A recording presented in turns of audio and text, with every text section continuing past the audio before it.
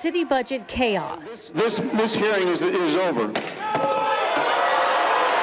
A crowded public hearing shut down abruptly, leading to a protest occupying the street outside.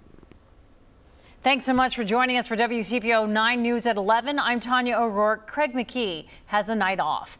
The second night of public hearings over the city budget was called to a close hours earlier than planned when tensions boiled over. We do have team coverage for you tonight of what unfolded in the convention center. Larry SEWARD has an update about the resulting protests.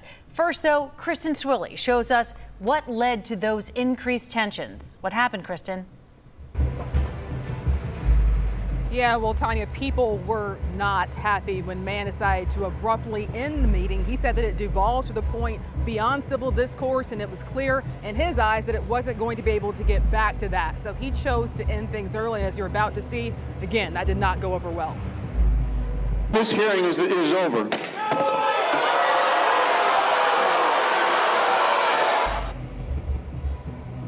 So Mann was quickly surrounded by those attending the meeting. Hundreds have showed up this week asking City Council to defund the police and viewed Mann's departure as a dismissal of that request. He quickly made his way out the back, leaving the rest of City Council to try and restore some order. I asked Mann, who has years of experience in public office, including his years as mayor, why he chose to walk out tonight. This sounds like a mob to me. We've gone from having a legislative session to a mob, and we can't proceed that way. You know, I'm not going to be a part of that.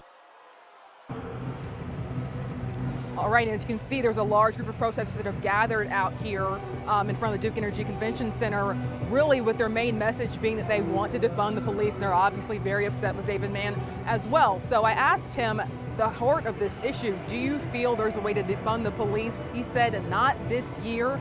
He does believe that certain responsibilities can be reallocated to different social services, but they have to have this budget done by the end of the month. Reporting live, KRISTEN SWILLEY, WCPO 9 News.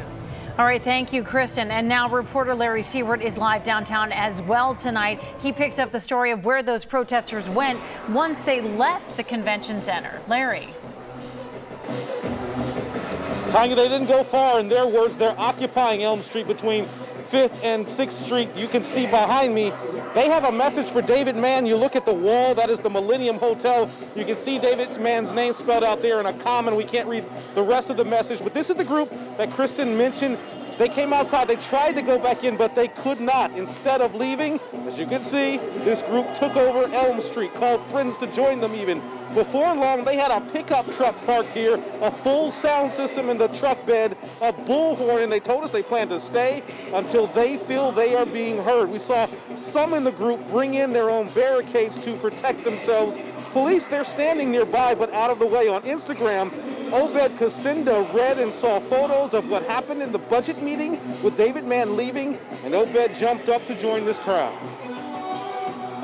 My feeling is pretty simple and straightforward. It was, to me, it was a sort of neglect, and it was kind of a message. It was sending out a message that you black people dying don't really matter.